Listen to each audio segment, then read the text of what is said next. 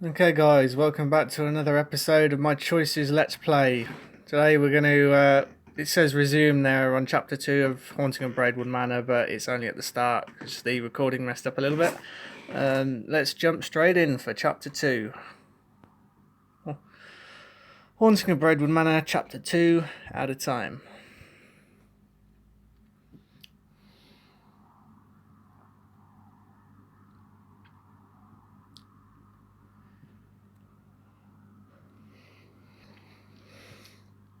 You watch with your heart in your throat as the bedroom door creaks open,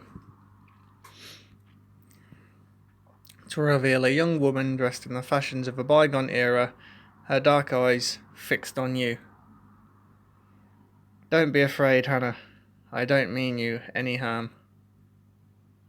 Who are you? My name is Eleanor Waverley. Welcome to Braidwood Manor. You're Eleanor Waverley? As in, that Eleanor Waverley? I'm afraid so. You must have at least 100 questions right now. Yeah, you could say that. And I'll do my best to answer them, but I must ask that you be patient with me.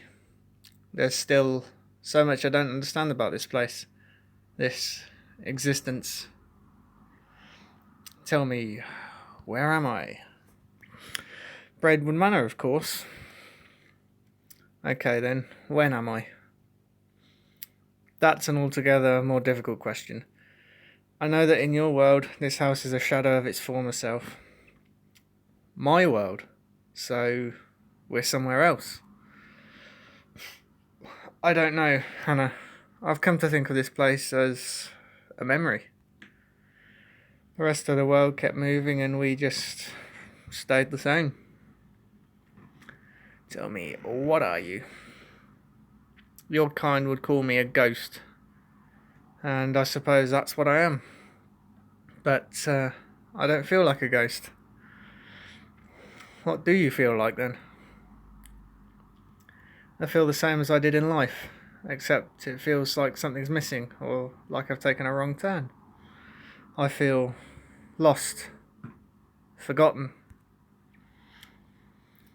How did I get here? Well, about that. It seems my little brother Simon gave you a scare, and you fell and bumped your head. I carried you upstairs and put you to bed. I hope you don't mind. Not at all. I guess you carried me. Yes, I just said that. Are you feeling alright? Yeah, I think so. I just didn't expect that, I guess. I'm not as fragile as I look, Hannah. Now it's my turn to ask you a few questions. Okay. To start with, why are you here? I'm here because I was hiking and got lost. I want to learn more about life after death. That's basically why you're here. I need to learn everything I can about ghosts. So, you're not afraid to be here. You wanted to meet me? Well, I won't pretend that this isn't a little bit unusual. But yes, I wanted to come here. I wanted to meet you and your siblings. Why, might I ask? You look out across the grounds of Braidwood Manor and suppress a shiver. It's complicated.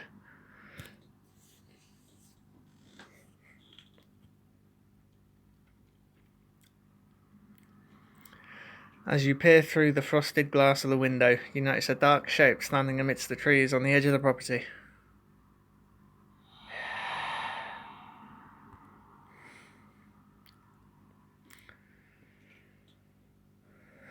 Jonathan. Your brother's ghost melts into the trees, leaving you looking out at a bare expanse of white snow. Eleanor moves to stand beside you, and she lays her hand on your shoulder. I think I understand. You were haunted before you ever set foot in this place. Eleanor, this is why I need to learn more about you, about your world. Otherwise, I'll never be able to help my brother. Just Let me stay here, please. I promise I won't cause you any trouble. A frown creases Eleanor's eyebrows, and then she smiles slightly. Come with me. Where are we going? I'm giving you the grand tour, of course. After all, if you're to stay here, you may as well get to know the house. You hurry to keep up with Eleanor as she strides out into the hall. So, you're letting me stay? Of course, we never get any visitors anymore, and it would be nice to have company.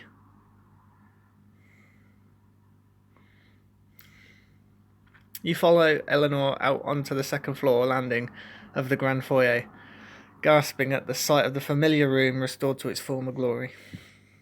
Oh my god, it's so beautiful. What was it like growing up here? I didn't grow up here. Well, not entirely. We left England when I was 15. That must have been hard. I certainly threw more than my fair share of tantrums, but I came to like it here in my own way. Still, I would have liked to see England again before. Eleanor trails off, turning away from you to continue down the staircase. Well, let's not talk about that. I'm sorry. Don't be, it's not your fault. Just then you hear a sudden crash from somewhere downstairs. What was that? Eleanor looks pained for a moment, then her expression resolves into a tired smile. Nothing you need to worry about. Okay, if you say so. When can I meet the rest of the family? Very soon, but there's something you should know. What's that? Unlike myself, my siblings aren't aware that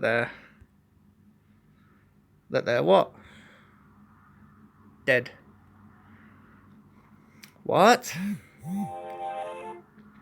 But how come you know? I'd rather not say. I'm sorry, Hannah. It's just too painful. But why haven't you told them? How can you ask such a thing? What do you mean? I'm sorry, I shouldn't be cross with you.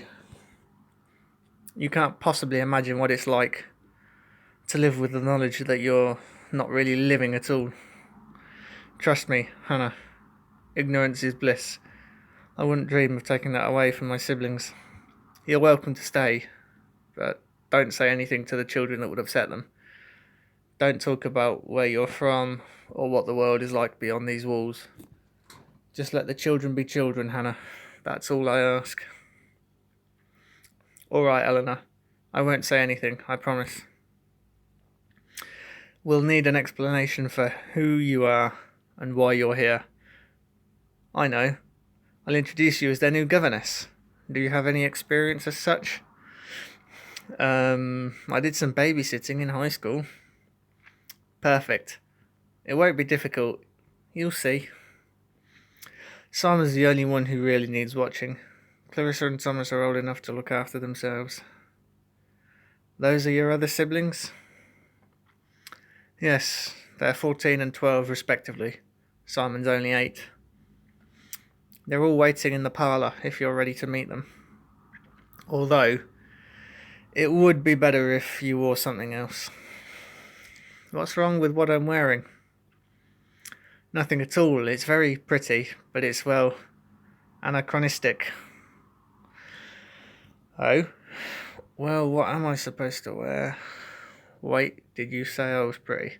Oh, just for the lols. Eleanor blushes a delicate pink. I said your clothes were pretty. I didn't say... So, you don't think I'm pretty? I didn't say that. Sorry, it's just been ages since... Since what?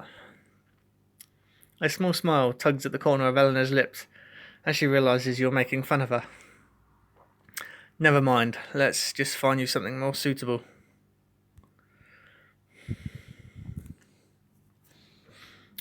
You follow Eleanor back upstairs to another bedroom. She goes to the wardrobe and starts searching through dresses. I should have a dress you can wear. We're about the same size after all. She pulls out a dark purple gown with an elegant white collar and holds it up to you. Diamond choice! This ought to fit you nicely. I'll give you some privacy while you try it on. 25 diamonds for that. Not a chance. Eleanor comes back in to check on you, stopping short when she sees you still in your normal clothes. Why aren't you wearing the dress I found for you? I felt weird wearing it. Would it be okay if I just stuck with what I have on? I suppose. We'll just have to say people dress like that where you're from. Thanks, Eleanor. Of course. Are you ready to meet the children? Yeah, I think I am. Lead the way.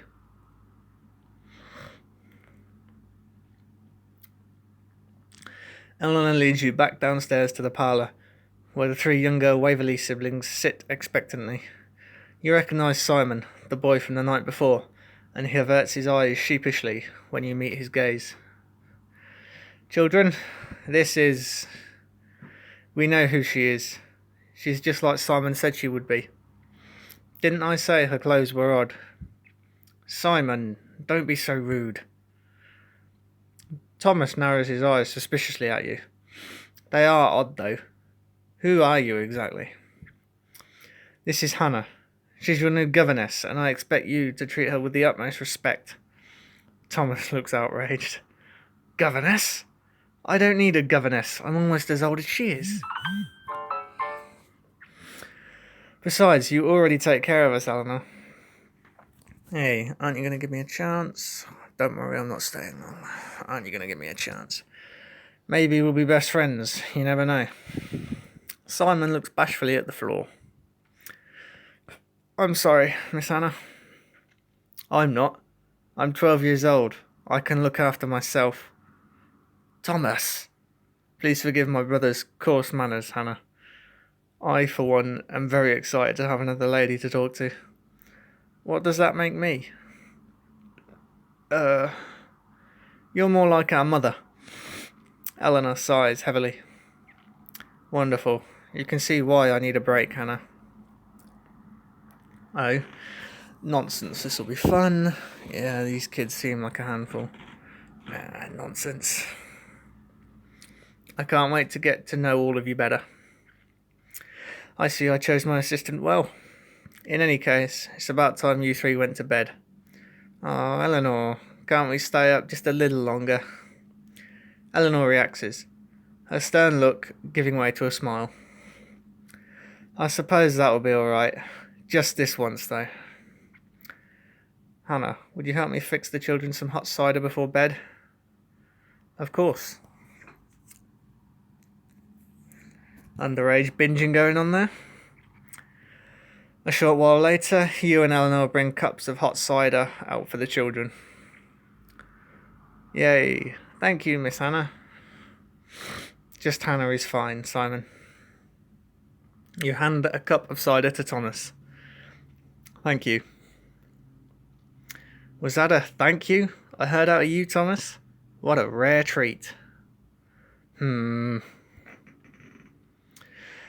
Eleanor, why do we never have cocoa in the evenings anymore, like we used to? Eleanor turns her face away, her eyes suddenly sad. It's just been harder to get these days. Oh, that's too bad. I used to love when Mother and Father would let us stay up late and... Yes, well, let's not talk about them, shall we? Okay. Sorry, Eleanor. That's quite alright. Hannah, I can put the children to bed if you'd like to get some rest. I know you've had an eventful day. Sure, okay. Should I stay in the same room upstairs? Of course. I'll help you find your way back. Eleanor leads you out of the parlour and back into the foyer, her voice dropping to a whisper. There's one more thing I should tell you about Braidwood Manor. What's that? Whatever you think you hear, never leave your room after dark. Do you understand? Oh. Okay, no leaving my room after dark. Got it. What happens if I do? Well, she's been kind letting me stay here, so I can't piss her off. I'm glad we understand each other. Yeah, me too. Good night, Hannah. Good night. A short while later, you tuck yourself in bed and lie in the dark, thinking hard. Am I losing my mind? Or is all of this really happening? And how can I get Eleanor to tell me why she and her siblings are all trapped here? I suppose I'll have to earn her trust first. Better make sure not to break any of her rules. As you lie there in the darkness, you're suddenly startled out of your reverie by a curious sound. Is someone crying? You strain your ears and catch the sound again. A low, mournful wail that seems to echo through the halls. Is that Eleanor? You get out of bed and hesitate before your bedroom door. Eleanor said not to leave my room after dark. But if someone's in trouble, what should I do? Go out into the hall, look through the keyhole first.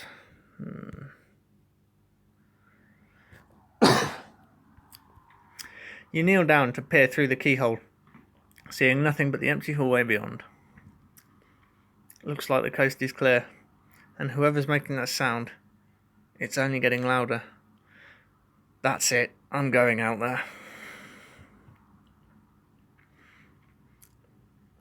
You step out into the hall, shutting the door softly behind you. You followed the sound through the manor's twisted halls, down the stairs of the foyer, and deeper into the house than you thought possible. Just how big is this place? At last you come to a long hallway, ending in a solitary door. A door covered in rusted locks and bound up in iron. What the? You draw close to the door's time-worn wood and hear the sounds of weeping beyond. The noise starts to sound less like weeping and more like the plaintive cries of a wounded beast. Whatever's making that sound is just past this door. Hello? Is anyone in there? The sob's quiet, followed by a sick silence that feels like all the air's been sucked out of the room. The door suddenly starts shaking. Fire explodes from around the doorframe. Oh no. You jump back. Fingers slither up your arm and yank down on your wrist. And cliffhanger. You reach the end of this chapter. Right, okay, I'll get this uploaded. And I hope you guys tune in for chapter 3 of Haunting of Braidwood Manor tomorrow night. Thank you for watching.